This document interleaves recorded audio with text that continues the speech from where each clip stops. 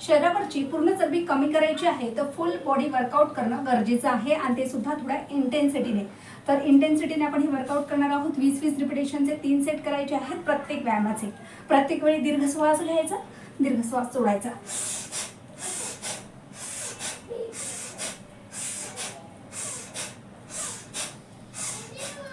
दुसरा व्यायाम.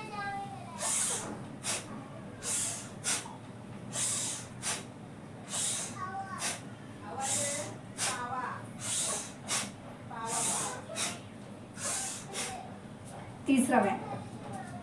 Side to side आणि नी अप करायचं.